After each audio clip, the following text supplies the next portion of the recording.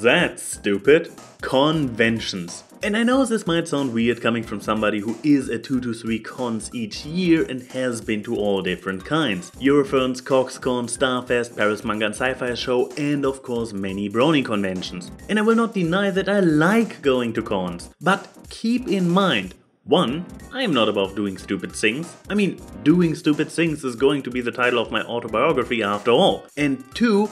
Just because something is stupid doesn't mean it can't be fun if you know how to go about it. But let's save my positive take on this topic for the final paragraph before I do my obligatory last moment turnaround to end the episode on the titular catchphrase as usual. Let's start with a rather mild offender: vending booths with identical products. Now, I consider this one only mildly stupid because it varies from con to con, and I have really only been to one where it was an actual no-go. German Comic Con Berlin 2017. Every damn single booth had the same lazy selection of t-shirts imprinted with unoriginal pop culture references. Imagine a regular con where you have an entire hall full of vendors with just a handful of t-shirt booths thrown in. Now invert the distribution of vendor types, reduce the diversity of offered designs on the t-shirts and double the size of the hall. Welcome to Comic Con Berlin. It was by far the most disappointing and boring vending hall I have ever been to. I have nothing against the occasional similar or maybe even identical booth, but if this takes over, no. Thankfully, this is usually not the case, but when it happens, oof. Something else I personally find stupid, but I can at least understand why it is a thing: having to pay for guests of honor signatures and photo shoots. Whatever it is compelled so many humans to hunt down such trinkets of their idols, I must be lacking it. Nevertheless, there is an audience willing to put, sometimes outrageous, amounts of money down for a signature or photo. And as long as people are willing to pay for it, I cannot really blame cons, which usually are businesses, to cash in on it. And even with the most ridiculous prices they sometimes asked for, seriously? $175 for one autograph from Tom Holland? There are usually still enough fans willing to pay up to keep the guests busy all day. Imagine the inrush if there would not be a paywall keeping some folks away. I've also been told that allegedly the money from these paid signings is used to finance having guests of honor there in the first place. So yeah, I personally don't get it, but it seems to be a win-win situation for everybody involved, and there are still smaller cons like CoxCon where the guests happily sign stuff for free and even pose for photos if you happen to run into them. But come on guys, $175? That's not just stupid, that's highway robbery! Oh boy, and here's the big one that people will disagree with me the most. Panels. I am not saying there are no good panels out there, but especially depending on the type of convention, panels can be really bad.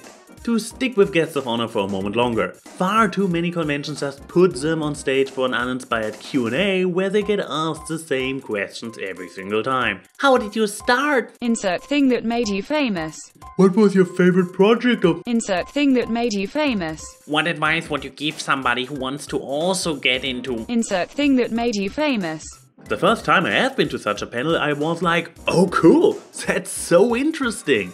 The third time I snuck out of the room halfway through because it was the same spiel as I've already seen before, just with different people. There are of course exceptions to the rule. Some people, especially professionals from the entertainment industry, can deliver a super fun show, no matter what type of panel it is, but this is a rare talent, and just because you are a guest of honor doesn't mean you automatically have it. What usually makes for real good panels for them are the ones where they can show off what they're actually pros at. But let's talk about panels in general. I had some of the most boring moments of my life at convention panels, and I sat through multiple law classes during college. If you are a charismatic, witty, high-energy person, you can get away with delivering an otherwise insufficient panel. Your audience will have a good time and be entertained. But the further you are away from this ideal entertainer, and let's be honest, we nerds are not really known for our outgoing, charming personalities, the more you have to have a clue what you are doing. Here are some don'ts for panelists.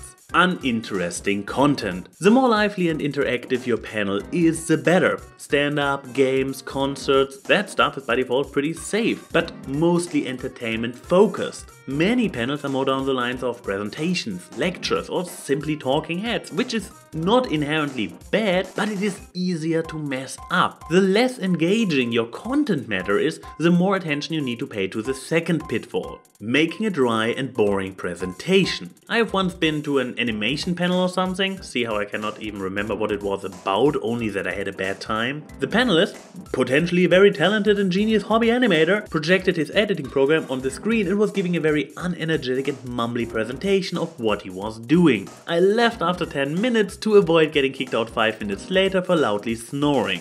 Finally, self-glorification. If this is generally part of your shtick and people like you because of this, sure, go ahead. And of course it would be silly to deny content producers and such to self-promote while being on stage. But tooting your own horn should not be the entire focus of your panel. You are on stage to give something to the audience, and it should be more than 45 minutes of "This is all the great content I make, now go to my website and check it out there." You think I'm exaggerating?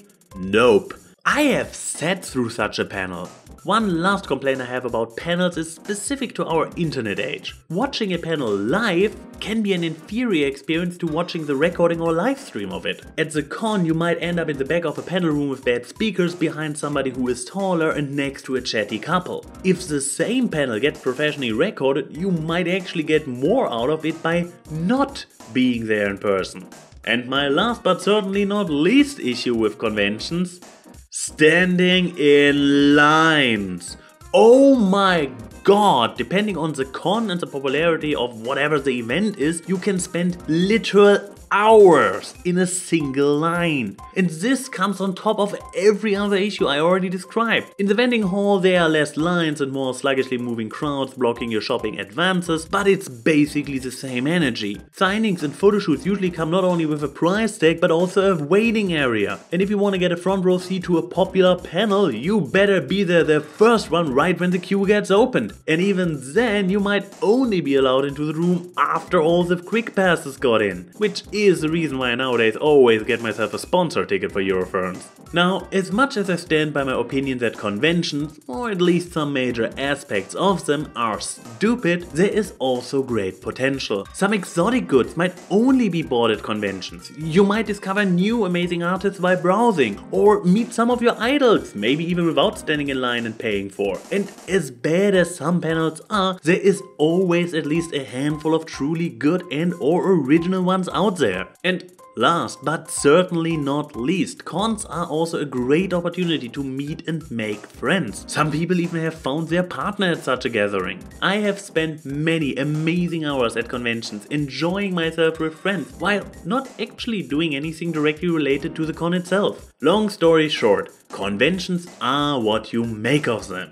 Just try not to spend too much time in lines or at boring panels, because that's stupid. Well, I guess if I would still make top 5 EA lists, this video would have made a fine one. Just with a bigger focus on keeping the good and the bad balance instead of ranting about the bad for all but the last paragraph. So, can you guys do better? What are your top 5 good and bad things about cons? The next episode is the first one where the topic has been voted on by the viewers, so I hope I will do a good job explaining why drama on the internet is stupid.